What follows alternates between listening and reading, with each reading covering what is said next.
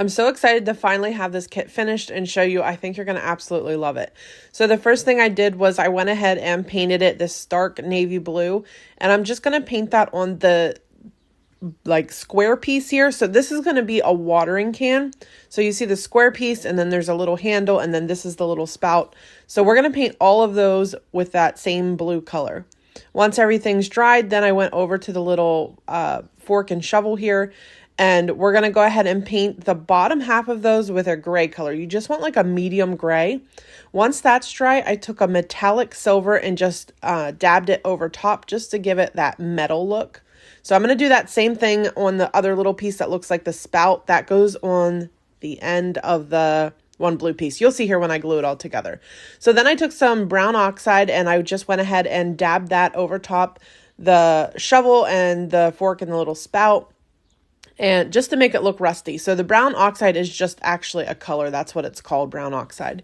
So then I'm going to paint the little daisy, and I'm going with white and yellow for the center, and I'm just using my sponges. Next, I'm coming back over to my shovel and fork, and I'm going to go ahead and paint the ends of those red.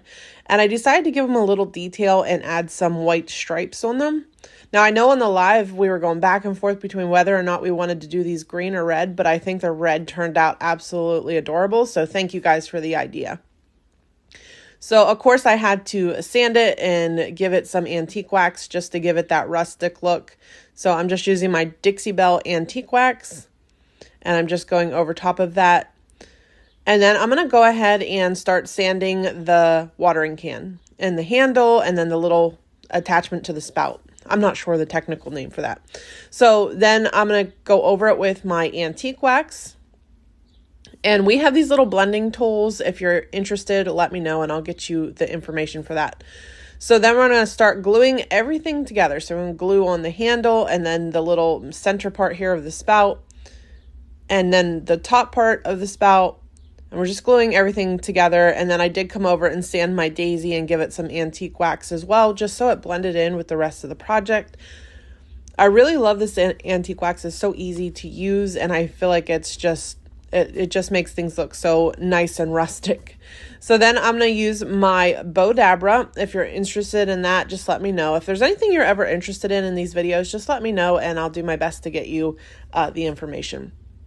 So I'm just going to use some fabrics. I got my fabrics at Jubilee Fabrics, and I'm going to go ahead and make a cute little bow, and I did put a little bit of sizzle in there, and I decided to add a little extra sizzle at the top, and then I'm going to go ahead and glue my bow into place, and I wanted the fork and shovel to look like it was just kind of hanging from the top. I know on the live I was undecided how I was going to do that, but that's how I decided, and I think it looks so cute. So then I took these little flowers, I got them at Hobby Lobby, and I just kind of shoved them in amongst the bow. And then the little tag that comes with it, I decided I was just going to do that white to make it pop a little bit, and of course I had to sand it up and give it a little bit of the antique wax. And then I'm going to go ahead, I just decided to write 25 cents on it just because it was so small and not a lot of room for writing. So I just wrote 25 cents on it with an extra fine point Sharpie. I put a little bit of glue on the tip of some twine and just thread it through. Now I didn't knot it because the knot would have been too heavy for this. I just pinched it together with my fingers, and then I just glued it in place where I wanted it to lay and then just trimmed it up. Next I added an old button, and then I just glued my daisy in place, and then I just added some dots here to the spout, and I think this turned out so cute. Let me know what you guys think. I'll go ahead and link everything down below for you.